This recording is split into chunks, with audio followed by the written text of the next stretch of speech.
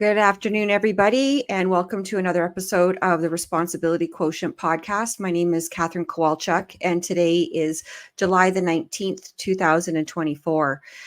Today I have a great guest on. His name is Randy Lennon, and I was fortunate to sit down and meet Randy just about a week ago after learning about a workshop that he is putting on in Calgary, Alberta on July 30th called The Questions Experience. A little bit about Randy.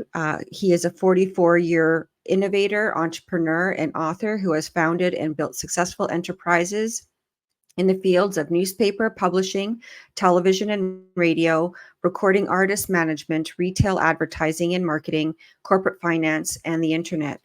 Randy recently published his first book, The Dirty Words, which is the official companion book to the Questions Experience and the subject of his upcoming seminar that I just told you about. He's co-founder of the Spruce Grove Examiner paper at the age of 19. Randy built the company to a chain of 4 weekly newspapers serving the Edmonton market. The Examiner newspapers are to this day a successful operation continuing to serve the community.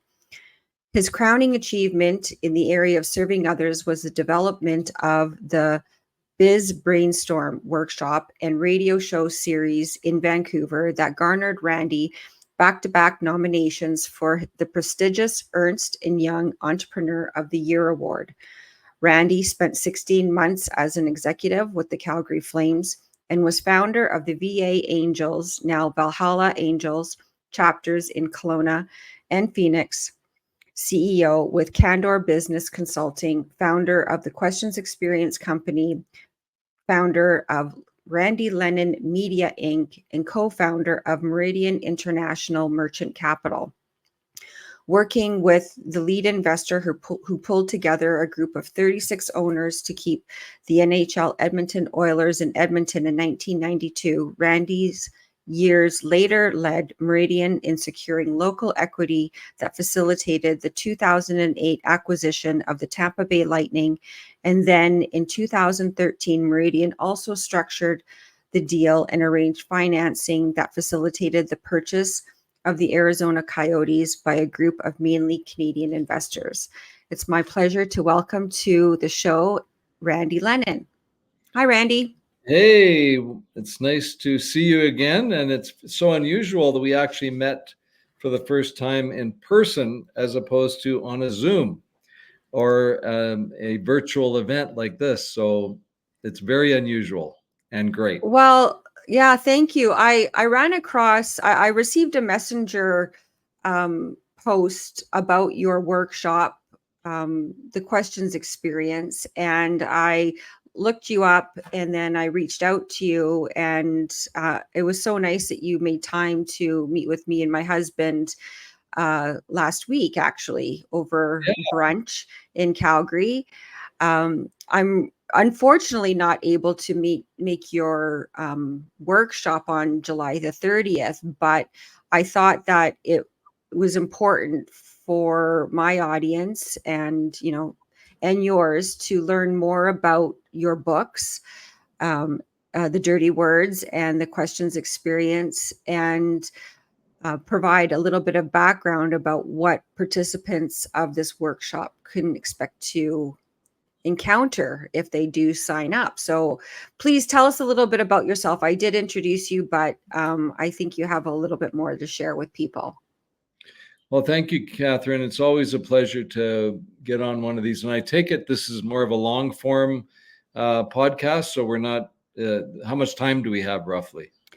I think I try to go for about an hour, but Okay. it can go, we have no time limits on this. Okay. Well, yeah, that's like putting a red flag in front of a bull if you say we have no time limit. So I'll just I get rambling on various We'll stories. shoot for an hour. Okay. For an hour. So first of all, I just wanted to acknowledge that it was really great to meet you and your husband, and also my old friend, I'm not sure he's a friend, but certainly an associate, Art Hanger. And we were meeting to talk about this workshop and the Questions Experience, and all we talked about was politics. And it was really fun. One thing you didn't mention in my background is that I was one of the original people in the formation of the Reform Party of Canada. Some That's people right. might be old enough to remember the predecessor to the Alliance Party, and which is now the Conservative Party of Canada. I worked with Preston Manning in Ottawa in the mid 90s, but I also, when I was like 17, 18 years old, I was meeting with Preston Manning and a couple of our Ray speaker, and it was in the very early days in the formation of the Reform Party. It was called the Movement for National Political Change. So that's a whole part of my life that you and your husband and I and Art had a real fun and really engaging conversation about it. Maybe at some point we can do another podcast and talk some politics. That'd be Oh, fun. well, I'm on board for that. I seem to be that's all I talk about lately. So that's why I was so happy for you to have something different for us to talk about. So I just want to acknowledge that I really enjoyed that conversation, and you opened my eyes on a few things, and I'm sure we'll be talking again about particularly Alberta politics. So thank you for that introduction, and I do want to share with people about why I'm in Calgary. I now live in Guadalajara, Mexico, and I'm enjoying the beautiful weather down there and the culture of Mexico. However, I do intend to spend a lot of time in particularly Western Canada, but throughout North America. And for the next few years, what I'm going to be focusing on is sharing the questions experience with people, because this is something that started way back in the in the mid 90s, and I know you're a person of faith, and I am as well. And regardless of whether you're a Christian or not, I think a lot of people can understand this concept that sometimes we are guided or stuff is downloaded to us. And I had a very powerful experience of that nature in some, I don't even know the exact date, but it was in sometime around 1997. And I was going to be conducting a weekend retreat type of personal development workshop even back then. And I thought to myself, okay, I've got 4 people registered. I'm going to need like about 8 or 10 to make it work. And I really want to make sure that this goes well for the people who are coming into this workshop. It's kind of a retreat to kind of step back from your life and spend some time going through some eye-opening types of conversations. And it was along the lines I'd been inspired to do that because I'd taken a lot of courses and retreats and development with companies like Landmark Education, and there's another one called LifeSpring in the earlier part of the 90s.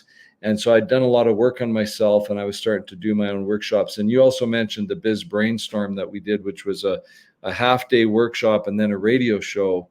And that was for real micro business owners in Vancouver at the time. So I've always had a passion for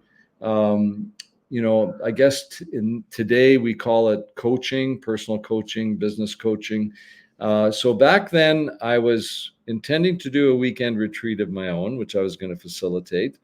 And I had these 4 people signed up, and I thought, I should send them a little questionnaire and then get a few of their thoughts, and then get on the phone with them and talk through it, just to prepare so that they would get the most out of the workshop. So I sat down, and in like 5 minutes or less, I simply wrote down 8 questions. And fast forward to today, those are I've come to learn that those are extremely powerful questions. And it's not just the questions themselves, it's the order that you ask someone those questions. So, Catherine, what's going to happen on July 30th is a group of people are gathering. We're going to have up to 25. It may be a little less, or we don't do more than 25. And these are people that have decided to step back for a day and work on themselves, and get in with a group of other people that are interested in, we could call it whatever we want to call it, but one way of describing it is raising your consciousness, becoming more self-aware. And that's the type of workshop that it is. And it's based on each of the people there answering these 8 questions in that order for themselves. And then if they're open to it, to be coached one-on-one by me in a group setting on asking them basically more questions about their answers and seeing what's really beyond what's beneath their answers and how they may want to improve their answers.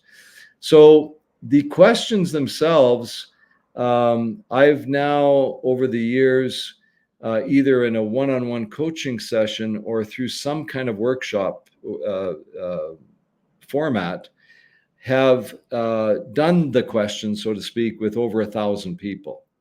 And in every single case, without exception, these questions trigger powerful, sometimes people get quite emotional, sometimes they don't. Every single person that I've ever done them with has acknowledged that at a minimum, they've had an awakening or they've learned something about themselves that they didn't realize. And in many cases, I would call it more than an awakening and really term it as a breakthrough.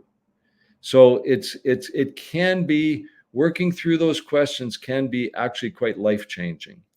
So I believe those questions were gifted to me by God, or whatever your God is, the universe. They came to me. I've been working with them over the years, over all these many years. It's coming up to 30 years. And I've actually really just kind of dabbled with them. And because as someone can surmise from your description of all these different things I did in my life, I've been busy with all kinds of businesses and all kinds of endeavors. For the next few years, I've decided that I'm going to focus on sharing these questions with as many people as they can so they can benefit from them. And one of the ways we're doing that is through conducting an actual workshop, which we're going to do on the 30th here in Calgary, Alberta, where I am right now. And even though we're more focused as a business venture on conducting corporate workshops, so for corporations or even smaller businesses that have at least 20, 25 employees, we're offering the questions experience as a team building or team bonding type of one-day getaway, retreat type of experience. And that's where we're focused because, the idea of traveling around and promoting an event like this and having people sign up one by one, it seems a little onerous compared to just having a company decide they're going to put their team into it.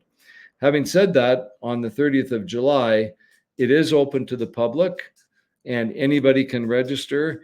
And there are going to be a few companies that are sending either the CEO or the HR person to essentially experience the workshop, test drive it, and see if they want to go ahead with one. Wow, I think that sounds. Oh, go ahead. So I could just blabber on about it, Catherine. Being well, over the years as I been a TV, you didn't mention it, but I've done hundreds of TV and radio interviews myself, being the interviewer. And I figured I better stop in case you want to say something. Otherwise, well, I try to be mindful to let the guests say what it is they need to say without interrupting. But thank you, and I do want to learn a little bit more, and I hope we get into it a little bit.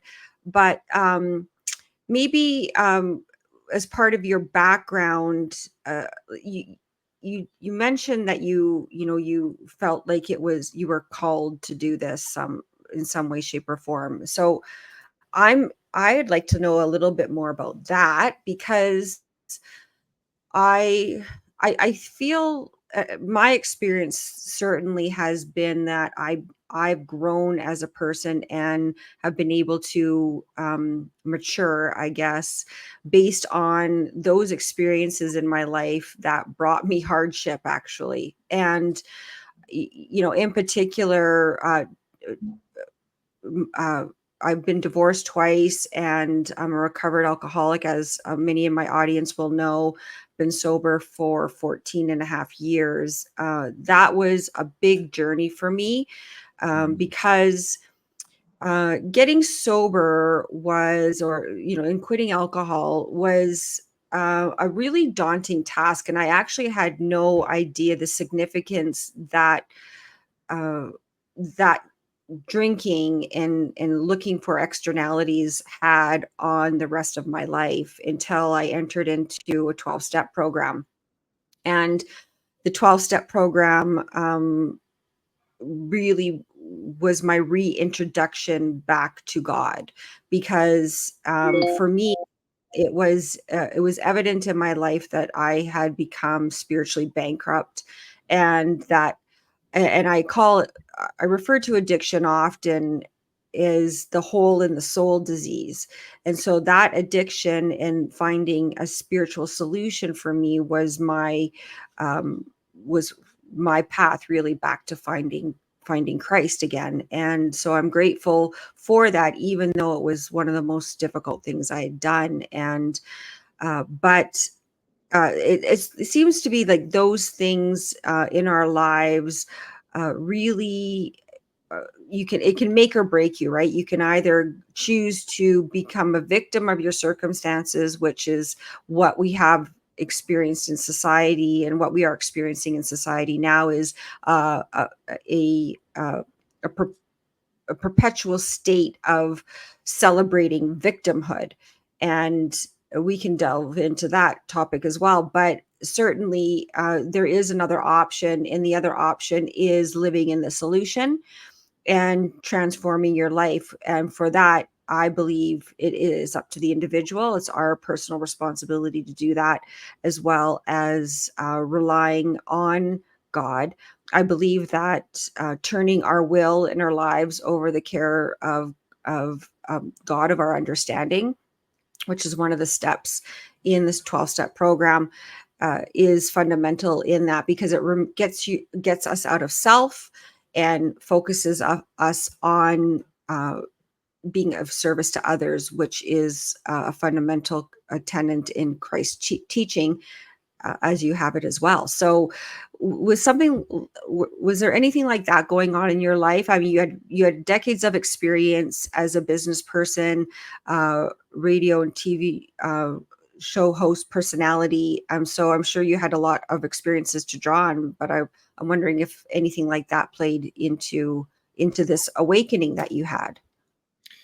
Well, the answer is yes, absolutely. And I was just on a recent podcast where the host was building me up as if I was some fantastic success story. And I explained on that podcast that, if you look on my LinkedIn profile, I've lived an amazing life. I've had all these opportunities and wonderful experiences.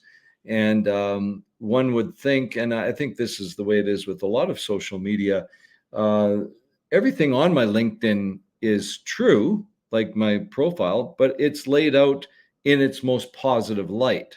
So have I been successful? He talked about this was a podcast for entrepreneurs, so he talked about making it, and I said, well, I don't believe I've ever made it, because every one of those, I could create a LinkedIn profile that would be chronological, that would also be true, but it would also lay out all the failures I had in business, the failures I had in my personal life, and they're substantial. I too have gone through the 12-step program. I have been at the bottom. And I have actually experienced bankruptcy, both personally, individually, and corporately. So Me all of the, too.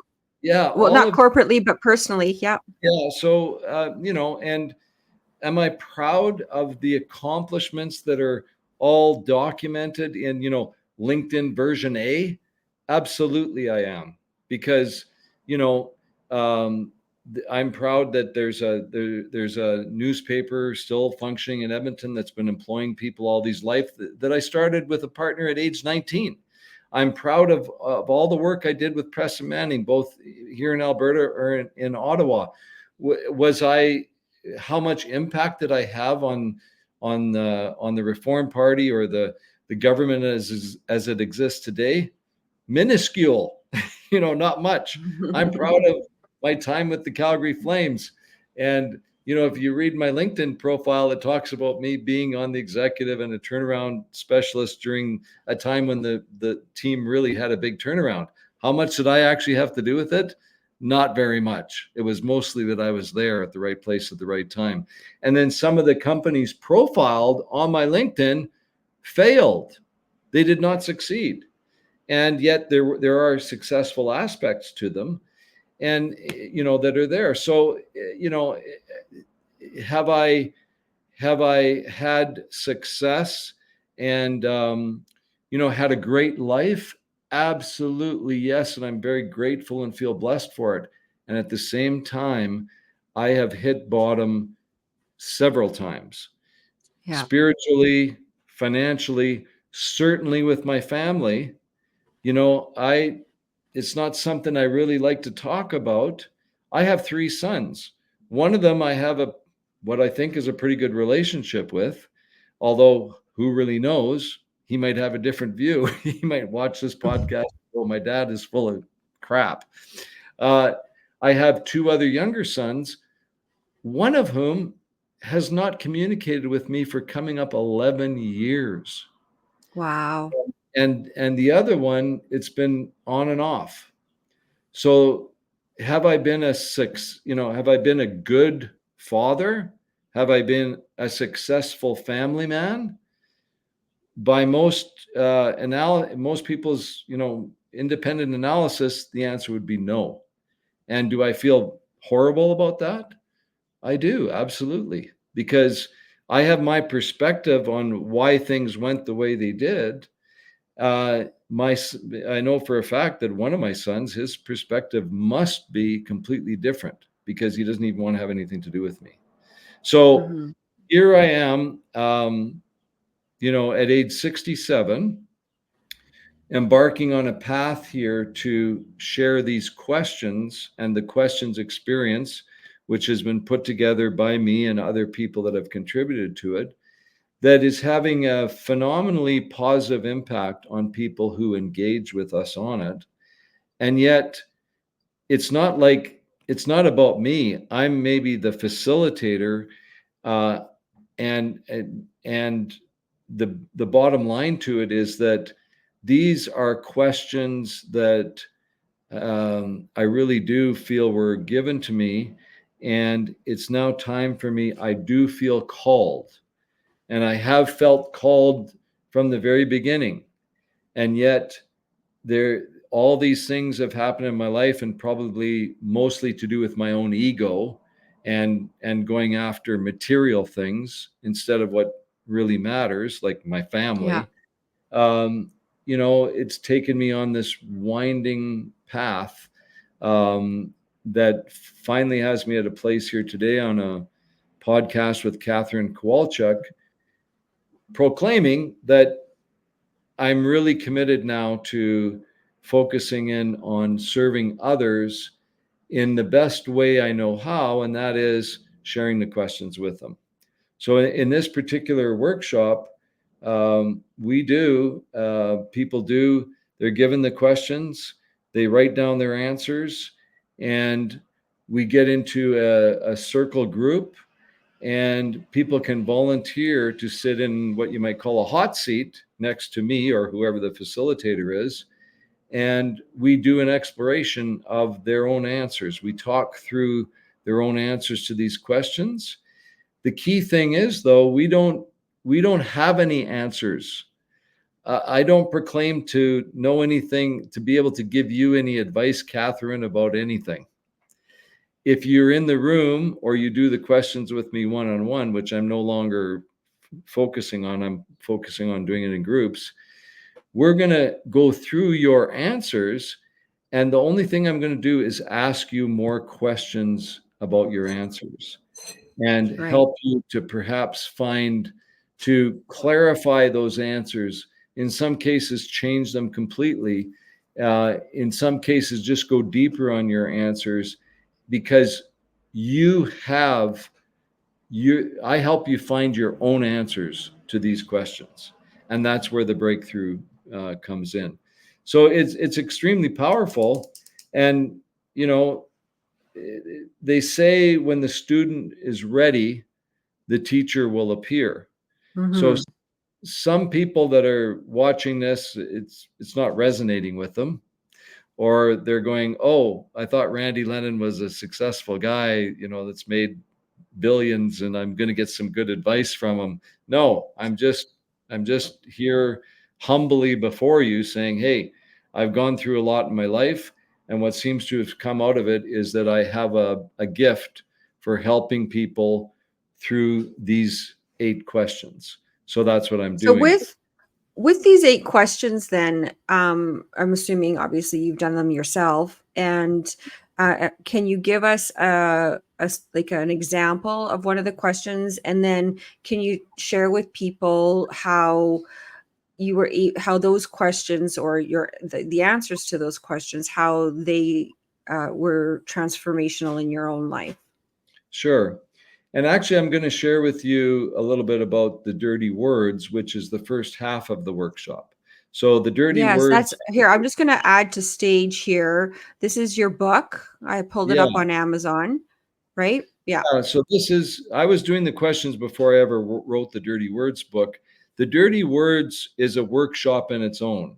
It's a 3 or 4 hour workshop where what we do is we explore how we communicate and how we use certain words that are not very effective. And in some cases, in a lot of cases, they're counterproductive and they're not good for us. So, and we could probably come up with 100 of them. In this workshop, what we do is we get everybody together and say, okay, let's talk about some words that we're not going to be using when we answer the questions later today. And the reason we're not going to be using the words is because these words would be better eliminated from our vocabulary. And what I do, and this is when I start to go through them with you, you'll understand that this is nothing new. We've all, at various stages in our lives, we've learned, for example, that using the word "but" isn't the best option. Actually, "and" is a better option. Why? Because if I say something and then I say "but" after it, I've just negated what I just said. For example, Catherine, you wouldn't consider in your marriage vows going, "I take you to be my lawfully wedded husband," but I mean, it's ridiculous. Right? However, it might work to say, "I take you to be my lawfully wedded husband, and we do have a prenuptial agreement here." You see what I mean? Yeah. So, whenever we say "but," I'll give you another great example. Okay, so some of the words that we use in the book, we focus on 7 of them. And I do that because we compare them to the actual dirty words, swear words, and there's 7 words you can't say on television, according to the late George Carlin. I don't know whether you're familiar with that, Catherine. The funny thing is that 6 of 7 of them now you can say on television. They sometimes get beeped out. But anyway, the Yeah. bottom line is whether we're like a really devout Christian that attempts to keep those swear words out of our lives, or we're like a construction worker that's using the F word every second word, we are very clear on we make a conscious decision on where we're going to swear or use swear words. So you may know someone that swears all the time, and yet they decide they're not going to drop any F bombs at dinner with their grandmother, for example. Right. So because the power of our words, we're very sloppy, and we don't pay attention to the power of our words. And the book talks about that, the power of the spoken word. So we in the Dirty Words workshop, which is the first half of, so on July 30th, if someone registers, the first thing we're going to do is we're going to have an open discussion about the power of language, about eliminating certain words from our vocabulary and how it could impact us. And we kind of have fun by treating them as if they're swear words. So, for example, in the Dirty Words book, the dirty words that we focus on there are have to, should, but, try, can't, and then two that you might be surprised with, hope and wish. And I won't get into Hmm. the discussion about them. And those aren't necessarily the words that we'll use in the workshop. We have the people in the workshop and we all throw out some words that we think would be better if they were eliminated from our vocabulary. So, for example, have to, could we get through our life and never use the word have to? And if we could, what would we substitute it with? So what do you think? Like, I'll ask you that question. Have to, do you think there's a better substitute phrase or word for have to? I want. Oh, I want to. Okay. The substitute word that I will suggest is I'm going to, or I get to. Because when we Okay. say we have to, and I'll demonstrate this in a moment, another one is should. Okay.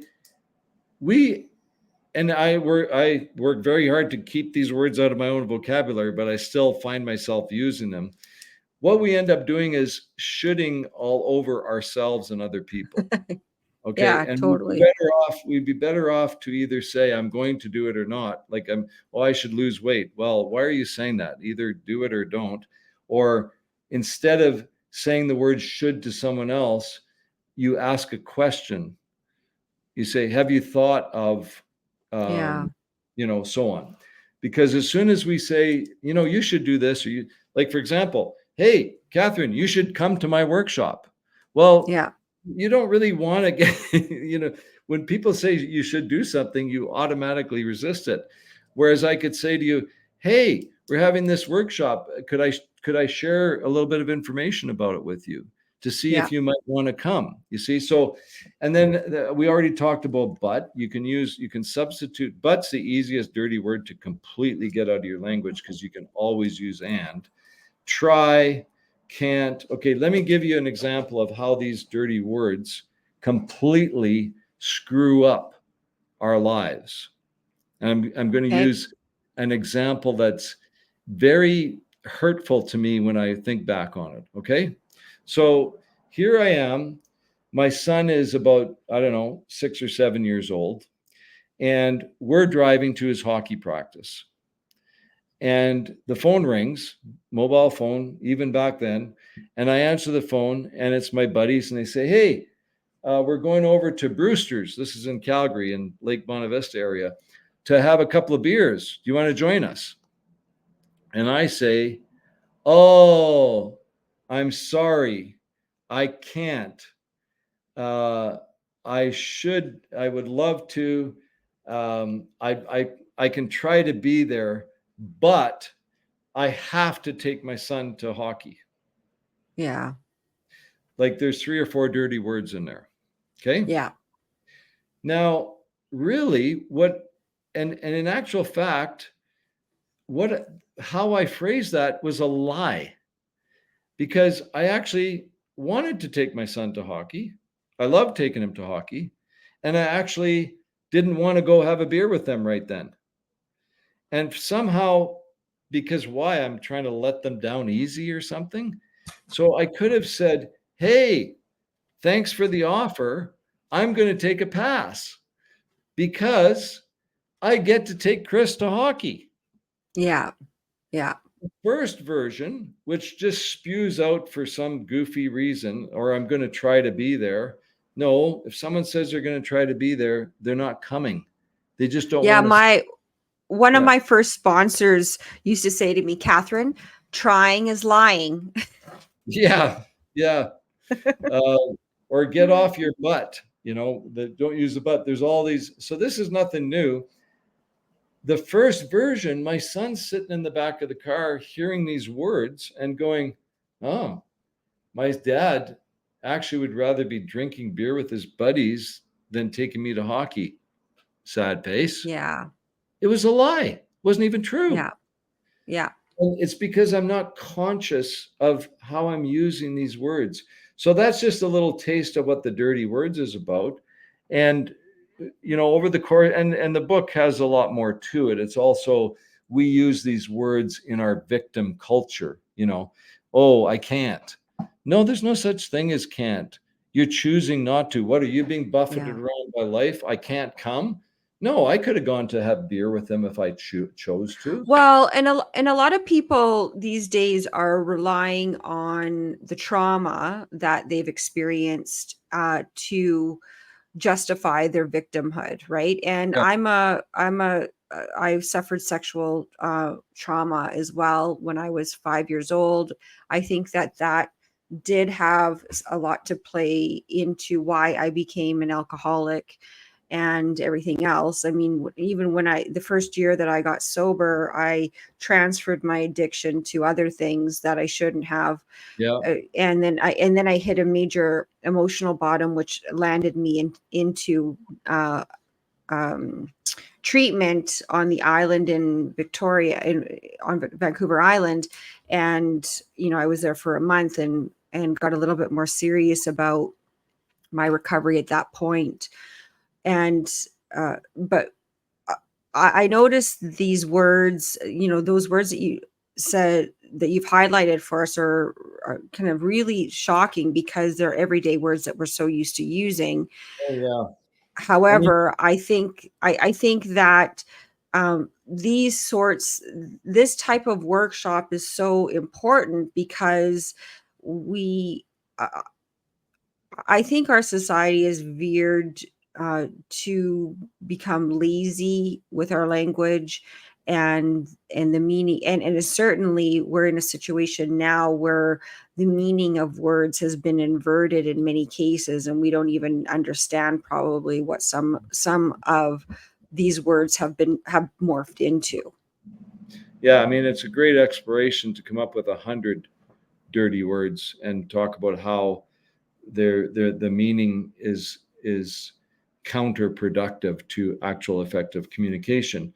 I'll use another example, and again, the words are so pervasive in our language that in the exploration of these words, we put them on the board, and we all agree, okay, we're not going to say these words anymore because we see how they're counterproductive. We understand why saying that you can't do something is not true 90% of the time. Well, it's an interesting discussion to say that if there's actually a place for the word can't at all, because it's very disempowering. So anyway, we come up with this list, and even in this conversation, when I read this list to you and I say, these words don't serve you, you will find yourself, Catherine, still using these words. And if I Yeah. started correcting you each time, you couldn't probably get two sentences out. So I always advise people, when you start thinking about these dirty words, unless the person's been in the workshop with you, don't go home and start correcting your spouse. It can be very dangerous. So we come up with these these dirty words, and what I want to address is something that's in the book that is it's the concept that our language is so powerful, and we don't realize that we're constantly making proclamations. So, for example, um, the President Kennedy, back before he was assassinated in the 60s, made a speech, and he said, we are going to put a man on the moon and bring him safely back to Earth before the decade is out. Okay? He didn't say, we're hoping to try to see if we can figure out how to maybe put a man on the moon. We sure hope it can happen. We wish it can happen because we have to try. like I just used a Yeah. bunch of words. He made a specific proclamation. Now, what's amazing about that, we all know that in 1969, they did it. What's amazing is in 1962, I believe, when he made that speech, he made that proclamation with words, and the technology didn't even exist for them to get a man to the moon. They didn't know how much it would cost or how it could be done. And yet he made a proclamation. And of course, you go back to the Bible, and of course, it's all about, the word. It was spoken. And Yeah. we as individuals are making proclamations all day long. And we say things like, people say, "Oh, how are you?" And we say things like, "Well, not too bad." Well, that means we're bad, Yeah. too bad. We could say, surviving, I'm surviving. Or we could say, you know what, I'm great. I'm doing very well. We're shaping our own reality by what we say. A perfect example of this is I think there's a general agreement that we have like 50,000 thoughts go through our mind a day. Have you ever heard that said? Yeah, That something like that. Yeah. generates all these thoughts. So, first of all, we're not our mind. Okay. Our mind is like a computer that we are programming, and it has been programmed. And if you're a conscious person, you're actually running the computer, you're running your mind isn't running you. In any Well, and event, you can actually change the neurons and through neuroplasticity yeah, and those sorts you can of you can reprogram. topics. You can reprogram your Yeah. mind. We're all agreed though that it's not the greatest thing to have a negative thought, right? Yeah. And so we have a negative thought about ourselves. It's no good. However, what's worse than having a negative thought? Speaking it. Hmm. Because we take it from something that's in our mind. I guess it exists, although I teach people to just hit the delete button on their negative thoughts. Like you have your own keyboard for your own life. So I say hit the delete button. However, if you have a negative thought and you let it go, that's one thing. What about when you speak something negative? Now you're bringing it into existence. And what's worse Yeah. than that is actually speaking a negative thought about yourself because you're making a proclamation about what is. For example, I'm so bad with names. You ever heard anybody say that? Have you ever said that yourself? Yeah. Oh, I say that all the time. Yeah. Well, if you're open to some coaching, I've got a solution for you. Are you open? I am open. Let's go for it. So every time, especially if it's just a habit, oh, I'm bad with names. When do you say it? When all of a sudden you're not remembering someone's name. Yeah. Right? So Totally. Yeah. what I do is every time I don't remember someone's name, I go, I'm so good with names. What was your name again? Like surprised, oh, that somehow, and what happens if I say, I'm so good with names, most of the time now the name comes to me right then. Why? Because I just told my brain, you're good with names, pull it up. Yeah. Whereas when I say I'm bad with names, my subconscious is going, yeah, right, you're never going to come up with this name. Not only that, if I say, wow, uh, I'm so good with names. What's your name again, Catherine? Yeah, Yeah. what's your name Yeah. again? Yeah. You say Catherine. It's the same difference as me saying, "Oh, I'm so bad with names. What's your name again?" Right? It's Yeah. no. You see the difference.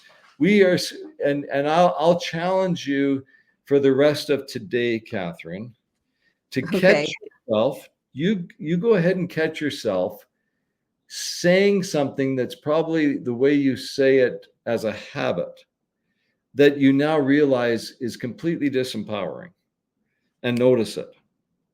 Okay, well, let, as we go You'll, on, let's do that. yeah. And because I'm sure that there's lots that can be corrected. Certainly, I There's would like to know. lots of other alternatives. Or there's alternative ways that you could say things. And even if you just took the dirty words out of your vocabulary and substituted them with other words, it'll make a huge difference for you. So that's what the dirty words part of it is. The beautiful part is that once we go through that whole exercise, we have a lot of fun with it, because I used to be a stand-up comedian, and we're loosening everybody up, and everybody's getting to know each other by debating about these dirty words. Then we hand them their questions. Over lunch, they answer the questions, and they're instructed, don't use any dirty words in your answers. And Catherine, you'd be amazed how many dirty words find their way into people's answers, even when they're Uh, writing them out. yeah, I'm not surprised, actually, because I think that these, our way of communicating it's been so naturally ingrained, and we don't think about it too much, really. So No. that, uh, and there's a difference with the energy too, when you're speaking words, not using the dirty words. And I could tell, just even in our conversation, the energy is different. When you came onto the podcast, I asked you how you were, and you said you were, wonderful, something to that effect. And uh, I usually say that I'm living the dream, Yeah. and I'm trying to catch my brain up to my heart, right? Sometimes the longest distances to travel is that between your heart and your brain, right? So, Wow. That's a good one. you know, those things are.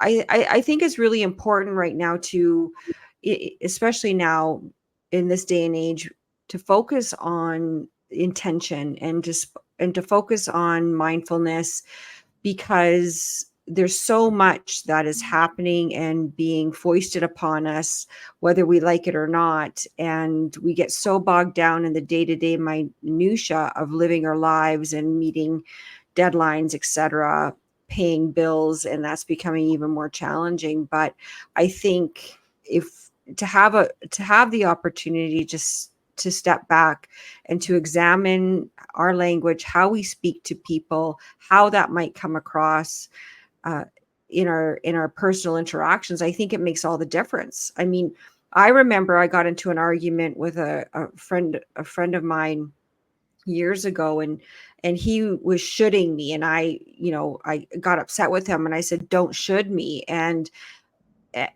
because it doesn't feel right, and instead I try to the extent possible. I'm not always so great about this with my kids, but I instead of shooting somebody, I will say, as have you considered, or you might want to Yes. think, You're using a you know, question. By the way, I use the term shoulding on because it makes you think of, you're it's like you're kind of throwing up, or shoulding on people, or shoulding on yourself, right.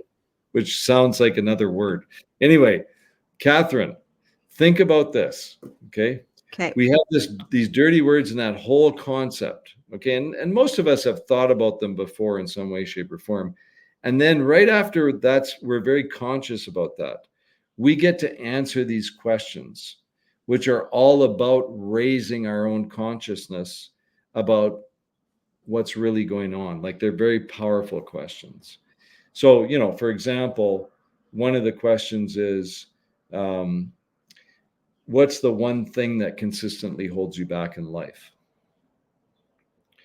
And I don't want to lay out the questions here because it kind of spoils the fun if you're coming to the workshop. Definitely. Yeah. Whatever you answer to that, I can ask you more questions about that. And what happens often, believe it or not, is that particular question, what's the one thing that consistently holds you back in life? Often people will make a list of things. Like, that's how they feel about their life. It's not one thing. They've got a whole list and they start writing them out, even though it asks, what's the one thing? So the first thing we do is we say, Yeah. well, yeah, I think I would answer that by saying me, right? I think I would be, the common denominator in my life that is probably mostly standing in the way of whatever it is that I want to achieve. Not exclusively for sure. There are things that are outside of our control, but again, I think as responsible citizens, uh, it's up to us to do our best to overcome that. And it is a personal choice whether or not we want to pursue something or not. And it's quite easy to make excuses that, in some cases you are prevented from actually able to do something. But in most cases, there is a go around, or there's a lesson in it, and there's a way to overcome it, I think. yeah. So if you answered simply me, then I would ask you more questions about that, because some people would answer me, meaning, um, what's really behind it is that they don't have the confidence or self-worth to really move forward. So it's their lack of self-worth that's holding Right. them back, right? And oftentimes they don't realize that. So by digging into the questions, and then I ask a series of more questions, and oftentimes we get to with the questions, well, all the time, by the time you go through and answer the questions and get coached on them, you'll have one or more awakenings that will help you move forward. And in some cases, a major breakthrough. So in our workshop, um, once everybody's answered the questions, we get in a big circle. There's a hot seat beside me or whoever the facilitator is, and people can volunteer to sit and work through their answers to the questions. Or we could do that on a one-on-one basis too, Catherine. That's the questions Yeah. experience in a coaching scenario. And the very cool thing is, especially in a work setting, some people might not feel like they want to really expose their true answers to the other people that they work with, or that they, in this case, maybe they don't even know. No one's required to sit in the hot seat. So if you want to keep that stuff to yourself, your own answers personal to yourself, it's amazing how much you're going to learn about yourself and your own awareness by just simply participating and watching and listening to someone else getting coached through their answers. So if Definitely. Yeah. we have 20 people in a workshop, maybe there'll only be 2 or 3 that right off the bat say, yeah, I'll sit in the chair. I want to get the most out of this. By the time it's getting towards the end of the workshop, almost everybody wants to get in the chair because they're seeing what's happening, and it's an absolutely amazing experience that when I do it, I feel completely guided. Another one of the questions is, what is your skill, trait, or gift? What is your skill, your special skill? Um, I'm very good at remembering the questions.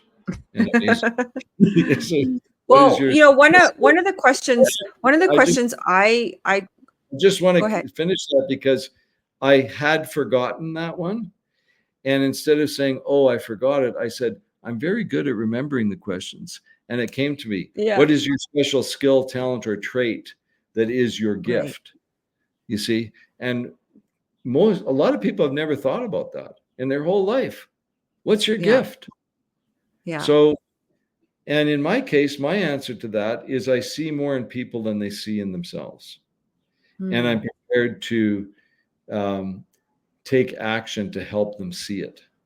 That's my gift that I Yeah. determined by answering the questions. And that's why I'm doing the questions. Anyway, sorry, I interrupted you there. No, no, no. Yeah. No, I think that's great. One of the questions that I like to ask people, and as a family law lawyer, I ask my clients this often because, they're going through a very horrible time Yeah. mostly. And oftentimes there's a lot of blame going in a direction, usually not the direction of my client, or I, and I'm guilty of this as well. But one of the things that the 12-step program did teach me is to ask the question, what is your part in this situation? To Exactly. shine the light back onto you or to myself in any given circumstances. It's a learning opportunity and an opportunity to reflect on my behavior, my words, and to recognize if it's something that I need to make amends for or improve upon as well. Yeah. And what is your part? Yeah, it's very, very powerful. And oftentimes, I mean, it's holding up the mirror. And Yeah, oftentimes people don't want to look in the mirror. They don't want to look at what their part is.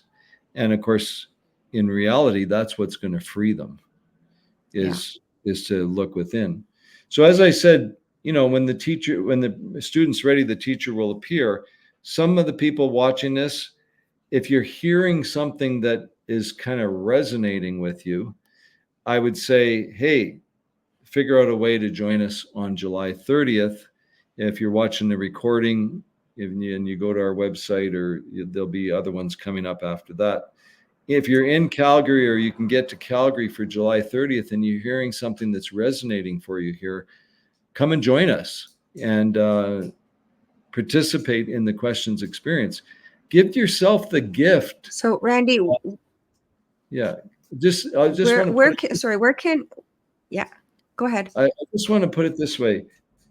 And particularly for women, but also, notice I said but, and also for busy, under stressed men, give yourself the gift of taking a day for yourself out of your life to stop doing whatever you're doing, like clear your schedule for a day, figure it out.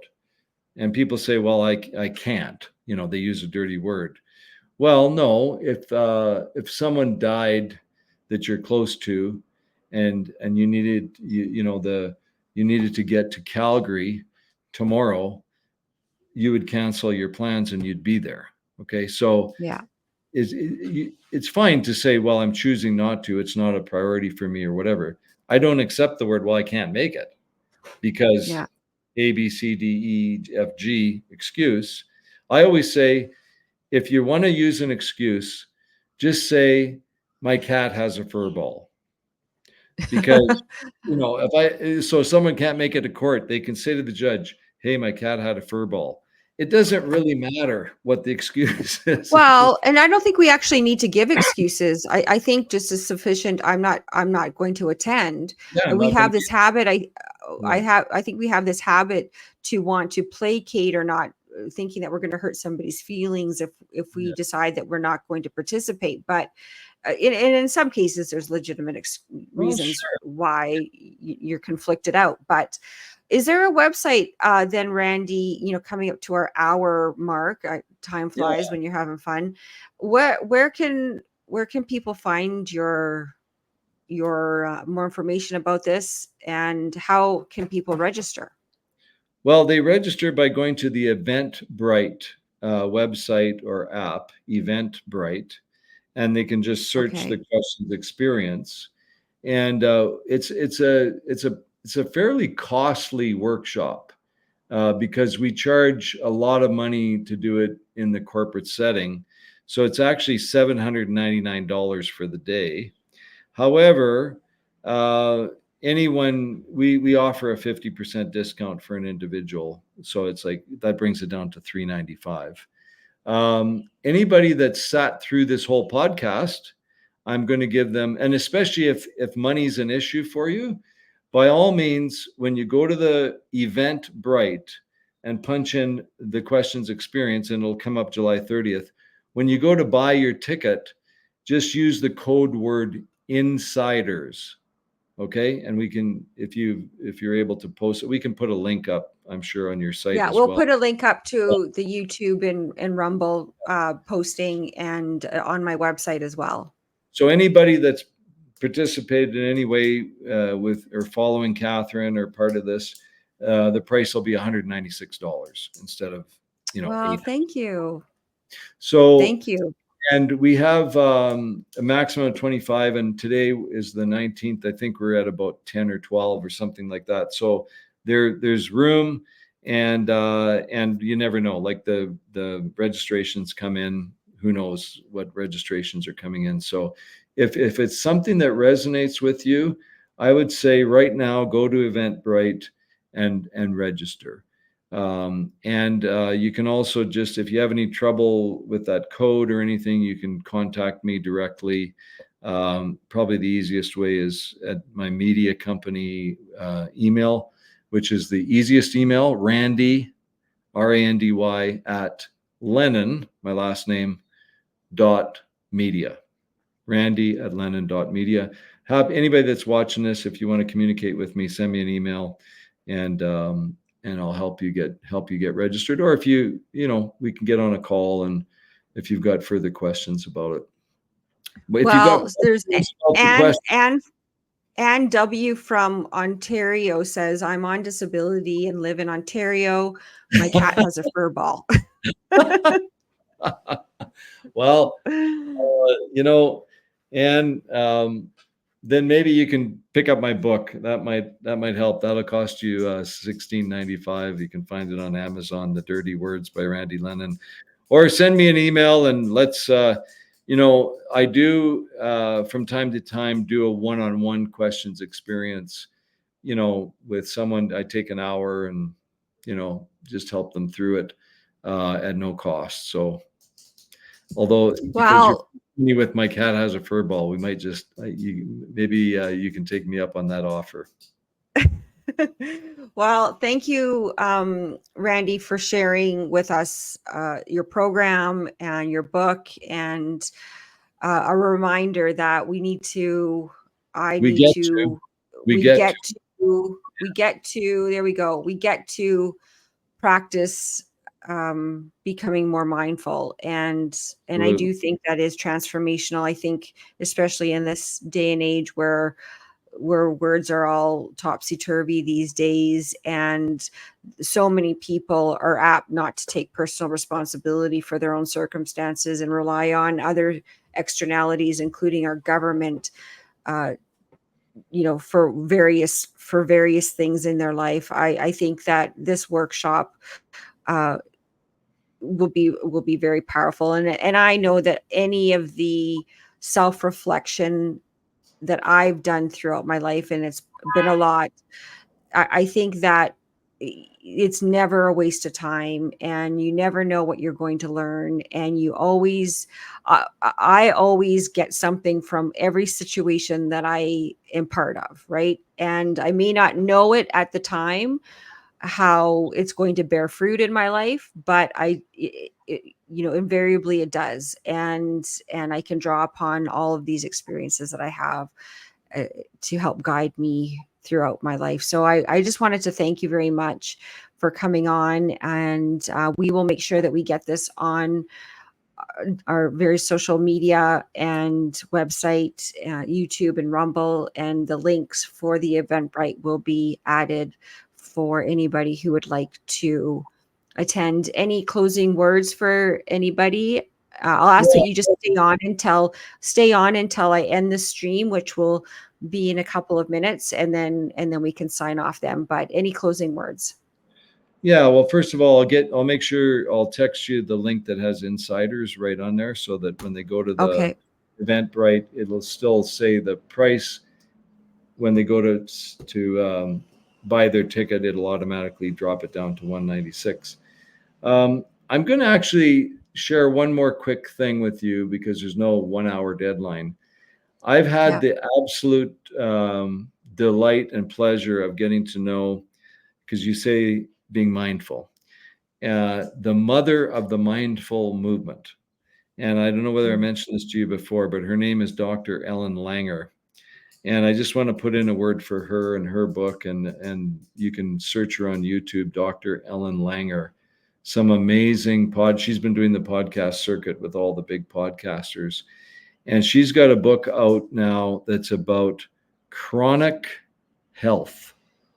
And it's Mm. all about how our mind is so powerful when we when we become conscious and mindful about healing ourselves. And Hmm. she's a Harvard professor of 40 years, and they've done hundreds of amazing studies, which she talks about how we can impact our own health in a positive way through mindfulness. We're not talking about big, deep meditation and so on and so forth. It's just being more conscious. Like right now, I'm supposed to get knee surgery because my knee is all screwed up. And all Yeah. throughout the day, if I notice the pain, I'll go, no, it's healing itself. And I'm just, and it's amazing. I should have had, I was supposed to, I was ready for surgery like a year ago. And because I'm in Alberta, I'm still waiting for my appointment with the knee surgeon, which apparently is going to be another year or so. So in the Oh, meantime, great. just healing myself.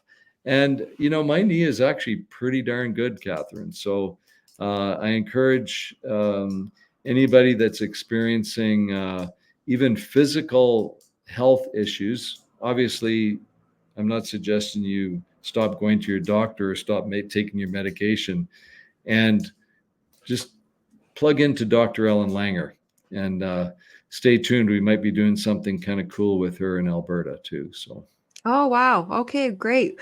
Well, I will take a look at that. If you could text me anyway, any links or whatever, that would be helpful. yeah. And again, thank you very much. And I wish you all the success in your workshop. And I hope you and I can stay connected. And there'll be an opportunity for me to attend at some point in the future. Well, thank you so much. I really, really appreciate it. I'm very grateful. I just want to acknowledge you, Catherine, for what you're doing, how you're obviously an inspiration for other young women to get into your power through going through your addiction and all the different challenges, and even putting yourself out there with this podcast like this. I really want to acknowledge you and say it's been an absolute pleasure. And as my dad used to say, you're a gentleman and a scholar, which apparently is not applicable in this case. But I Well, thank you. don't think that was gender correct or anything either. Hey, Anyway, hey, it's no big deal. I get it. you're awesome. You're awesome, Catherine. Thank you so much. It was Okay, thanks. And just give it 2 seconds. Thanks everybody for joining. And next week we'll have another great guest on. Michael Worthington will be joining me, and we're going to be delving into the Secret Space program. So that's going to be pretty interesting. So stay tuned and have a great weekend. Thanks again, Randy, and take care.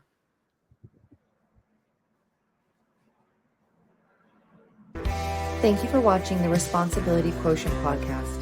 Don't forget to like, share, subscribe, and leave a comment down below.